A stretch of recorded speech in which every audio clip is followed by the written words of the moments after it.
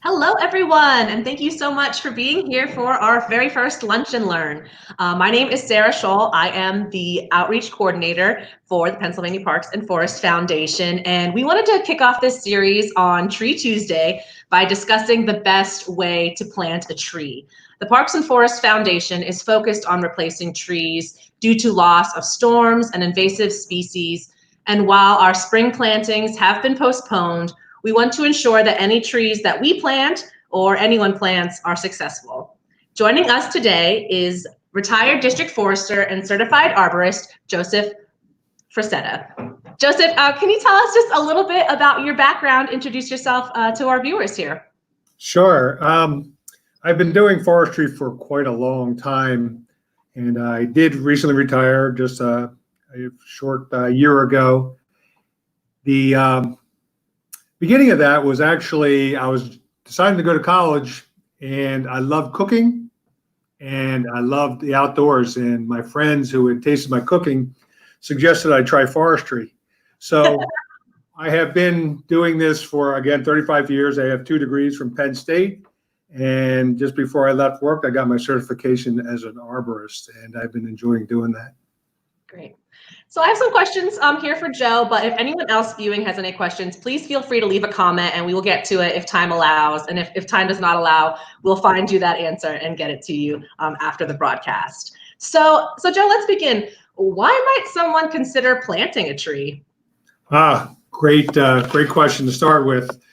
There's a myriad of reasons, and if we show the graphic, the value of trees is certainly something that we can, we know what we learned in school, the clean air, the shade, just the beauty of it, the shelter of wildlife, removing carbon dioxide and giving us oxygen. What greater thing can we appreciate in life than that?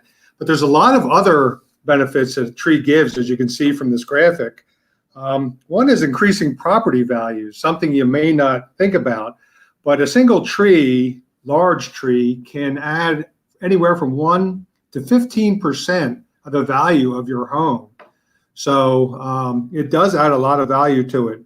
It actually removes a lot of pollutants from the air, of course, purifying the water as it percolates down through the ground, acts as a wind block, and as a watershed tree, it absolutely helps you maintain the water quality and the amount of water entering your system. A mature tree can hold over 100 gallons of water in its leaves during a storm. That's a lot of water that doesn't hit the ground and percolate down the street. So there is a lot of pluses for having the value of a tree and wanting to plant one. Wonderful. Now, okay, you've convinced me. I'm ready to plant a tree. Right. Looking around my yard, how much space do I need? Where do I pick? How do I pick the perfect spot for my tree? Right. That's the other structures, but also look down. Your roots are going to permeate out, and what are they going to touch? You know, is it going to run into a house? Is it going to run into a sidewalk? Is it going to run into your driveway or into your water pipes? So there's a lot of things you want to look at as your site, and as you're deciding where it is you want to put this tree. Shade is an important feature. You want to look around and see if you have a shaded spot. That will certainly weigh in on the species you want to plant. So you want to look at that too. An important thing too is before you actually dig a hole for your tree is you want to do PA1 call. That may save you a considerable cost, particularly if you cut into a cable or water line or electric line. You want to consider that. So there are all the things you want to consider before, you know, what is a site is, what is it that house or home and where that tree is going to be, what is it going to add to that, the value of that house? Absolutely, absolutely. Now you mentioned the type of species of tree. Does that really matter, and why would it matter what species you plant? Sure, species is a big concern. Given what your area is, what kind of soils do you have? Are they wet? Are they dry? Do you want shade? Do you want protection from the wind? Do you want a fruit crop or a nut crop? There's a lot of different species, and your decision is based on what you're really looking for. Wildlife, flowers, color. There's so many, and fall color. there's so many variables that you can just try to decide what it is that you want to bring to that area. What's the best time of year to plant? Actually, generally, rule of thumb, the best time to plant is in the fall, which is usually people think about spring as the best time to plant because you're planting all the other crops at that point in time. But for a tree, it's best that you do it in early fall, gives it a little bit of time to establish some root system, and moisture does not become an issue. Over the winter, it hardens off, and the roots are still growing, and they're getting the moisture they need. And in the springtime, it's ready to go. The roots are ready to absorb the moisture. So fall is the best time. If you choose the spring, which is always an option, you have to plan on actually watering the tree. You have to be able to have that time to monitor the tree, monitor the soil, and see what's going on with your tree, and make sure its feet are wet to a desirable level throughout the growing season for at least a year. Great, great. Now, how deep should we dig our hole to plant? And a follow-up question, I've heard some controversy between square holes or round holes. Where do you land on that? Yeah, that's the hole is really important, very important. Let me start by showing a graphic of a tree root system. Great. This is important to think about when you're planting the tree, is that the roots from a tree actually go out. They try to stay in the top 6 to 12 inches of soil, which is where your topsoil is. That makes sense. That's where all the nutrients are. That's where the moisture is. So that's why the roots actually go out from a tree and are very horizontal in the frame of things. So what you want to do when you're planting a tree is think about that. When you plant a tree and you get it home from the store, you want to actually make the hole twice as wide as the ball of the tree and just as deep as the tree. So you don't want to dig a hole really deep. You want to keep it kind of shallow, just enough to put the tree in and have the roots be comfortable, but dig out twice as wide around that ball so the roots have room to grow out and the soil is prepared for it to do that. Yeah, that's a great graphic that really puts it in our minds what it looks like under the soil. Okay, so we dug our hole, we're ready to plant our tree. What about aftercare? How much mulch? What about fertilization? Am I going to be watering it every day? Tell us a little bit about caring for your tree. Yeah, excellent. The care of the tree is important, particularly the mulching aspect of the tree, because what we see out in and around are a lot of trees that are actually poorly mulched. You've seen these mulch volcanoes that are 6 to 12 inches deep and covered right up to the bark of a tree. And it's actually one of the worst scenarios for a tree you can possibly make. The bark of a tree is actually a breathing membrane like your skin is. And if you were to take a wet, moist towel and put it across your skin for a year at a time, you can imagine what your skin would feel like or what would happen if that was allowed to happen. So you're trapping moisture on the tree. So what you want to do is when you mulch a tree is actually just about 2 or 3 inches of mulch is a good level, and make sure it's at least 6 inches away from the bark of the tree. So you've actually developed more of a volcano than a mountain.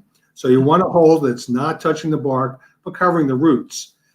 One of the best things about mulch, and again, the roots are going out, and not only are they collecting nutrients and moisture, they are looking for air too. So it's air exchange. So if you're putting a lot of mulch on top, you're excluding that air and you're keeping moisture that cannot evaporate away from those roots. So get away from the heavy mulching. But one of the best things that mulch does is actually keeps your lawnmower away from your tree. Whatever you do to care for that tree is make sure you have a boundary around it. And there's a number of ways of doing that. Just make sure you have a boundary where your lawnmower does not whack up against that, because nothing will hurt a tree more than smacking into a lawnmower and nicking the bark.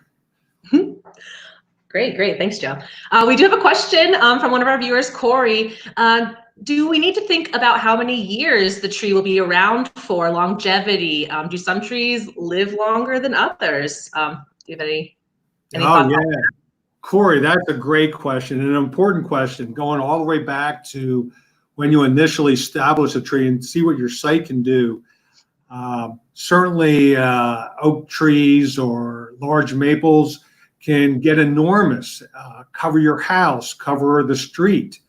You're going to have roots that are doing the exact same thing. And we are dealing right now in our neighborhood with massive, wonderful red oak trees, 80 years old plus, that are kicking up driveways and sidewalks, and people are removing the trees because of that. So you really got to think about the future. And when you plant that, the size is really important. If it's going to be right on the street where you don't have a lot of room, a nice red bud or a dogwood would be a great tree to use in that situation.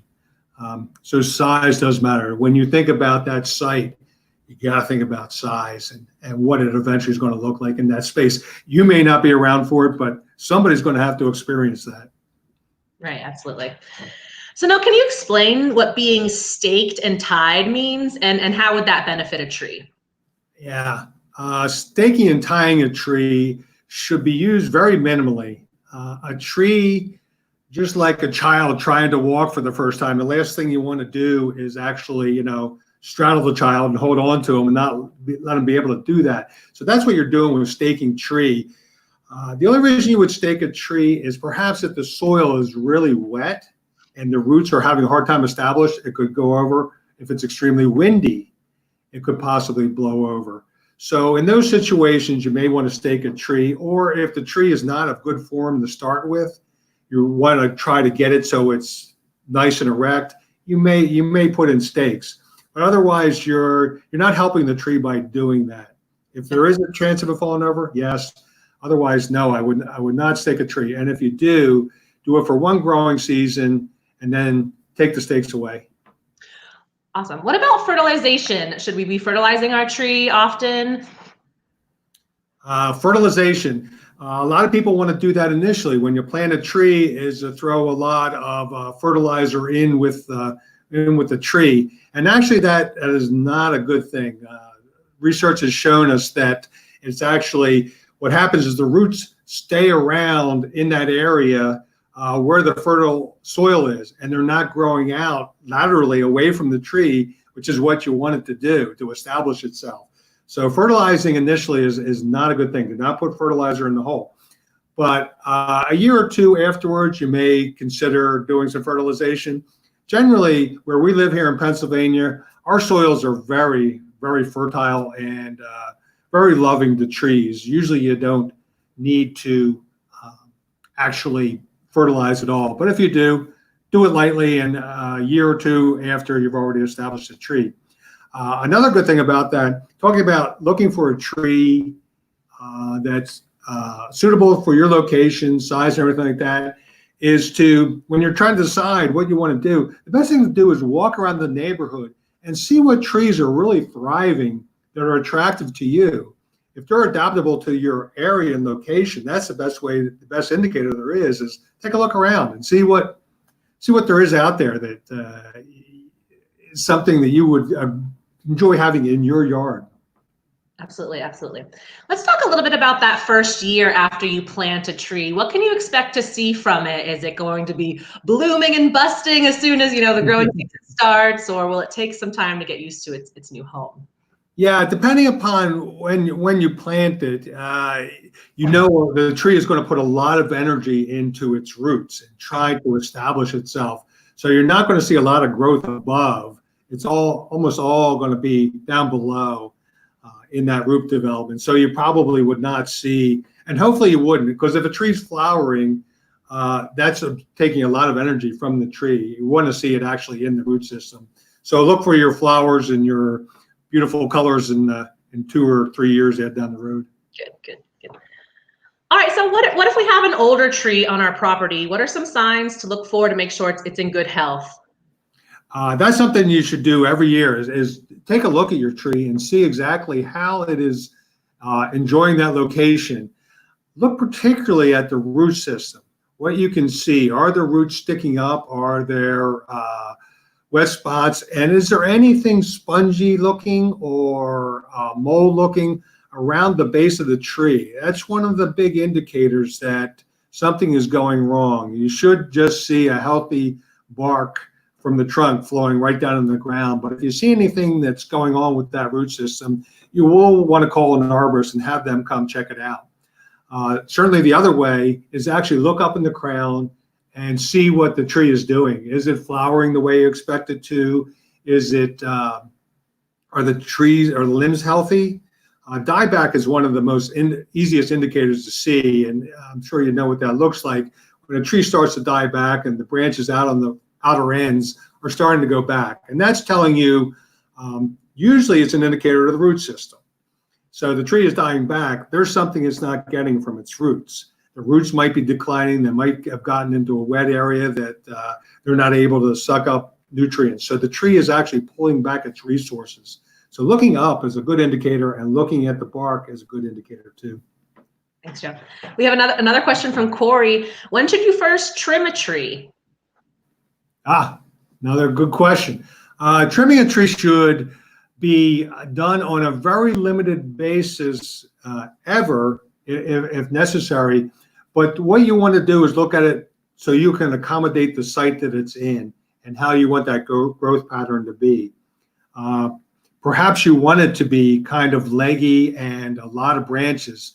I recently did that with a quaking aspen we planted. I kept on topping the tree every year so the branches would be low and rounder around the base than it would be a tall tree. So you only want to trim when actually the health is compromised. You want to get some dead or dying limbs off of it, or perhaps you want to try and improve the shape of it. Great, thank you, thank you. What about a bald and bagged tree? Do we need to do anything to the roots before planting? Yeah, that's an important issue. Is actually planting. It's either going to come in a couple different ways. The most popular ways are in a plastic bucket that you must remove the bucket to put it in there. And when you take it out, you'll definitely have a root system because that tree's been growing in that bucket for quite a long time, and the roots will spiral around inside that bucket. So your roots are already poised to actually choke itself off. So when you put it in the hole, you want to make sure you dig out through those roots and make sure they're going out straight from the trunk itself. And then the other thing is that, again, in the planting aspect, is that you plant it right where the root meets the ground. There should be a little flare, they call it a root flare, at the base of a tree. You want that just exposed inside or just above the soil, so the roots are just underneath. You want to make sure you don't plant it too low. You want it just in an area that is just above. The roots could almost be, the top root should just about be exposed in that planting. The other planting way of getting a tree is ball and burlap, sometimes with a metal cage on it. They're very heavy trees, depending upon the size you get, and it's a lot of labor to get it into a hole. You definitely want to remove anything that is not, or that is synthetic. You know, natural fibers are okay, burlap is okay, but you want to try to get that peeled back along with the wire. You want to cut, if it has wire on it, caging it in, you want to cut at least the top half of that off if you can't remove it in entirety. Again, the roots want to go out, so make sure that top half is open so that it can accommodate the flow of roots. The other nice method of planting, and you can get a large tree doing this, is a bare root tree. They'll come from a nursery. You have to special order it because the way it's prepared is that it is actually shaken out of the soil, so the soil falls off the roots, and you can take quite a large tree that weighs almost nothing now and take it home and plant it in a bare root situation. It takes a little bit more care and understanding in planting it to make sure that the roots and the tree are supported. And that may be another reason to stake a tree, is if the roots, you don't think they're going to hold it. But a bare root is a good way to get a large tree into a site when you don't can't really handle something that quite that large. Great, great. Thanks, Joe. We do have another question from Todd. They had to remove 4 big trees from the yard because they got too close to the house and they feel really bad about it. They want to know anything other than aboratives I could plant near my fence away from the house. So besides green trees for shade and privacy, what else would you suggest? Yeah, depending upon if you want privacy, which is a great way to use trees, arborvitaes are an excellent way to create a quick shade for both wind, visibility, and they're very quick growing. Some of the species are incredibly fast growing, and they can be trimmed too. A tree close to a house, if you want to plant it close to the house, which is a possibility, you have to prepare to trim away to massage the shape of that tree so it's not interfering with the house at any point. Yeah, I think a lot of us inherit when we buy homes, trees that were not properly planted. 80, 90 years ago, folks weren't thinking about what the impact of that tree was going to be that far down the road. So a lot of us are dealing with that, particularly close to the home. And you have to think about what the impact of that tree is to that house. You know, if the tree is actually in danger of falling on the house, certainly you don't want to sleep with that over your head. It would definitely be a good reason to remove a tree. Or if the roots are going to permeate through the basement wall, definitely a good reason to remove the tree. I wouldn't feel bad about it. I feel bad about the trees I planted and wasn't in the right location, but what people did before us, we just have to live with their mistakes, I guess. Exactly. Well, thank you so much for being with us this afternoon, Joe. This is very enlightening, and thank you to everyone for tuning in and for your great questions. I want to make sure everyone knows that we'll be doing these lunch and learns each Tuesday and Friday at 12 noon throughout the month of May. Coming up on Friday, Mike Herman with Purple Blizzard Maps will be talking to us about how they develop their trail maps and maybe give us some tips on reading them too. But we're doing these lunch and learns for you. So please let us know what you'd like to learn about. Feel free to leave a comment below or send us a direct message with your ideas. We'd really love to hear from you. So thank you again, Joe. We appreciate your time and expertise this afternoon. And thank you again to everyone. Take care. Have a great day.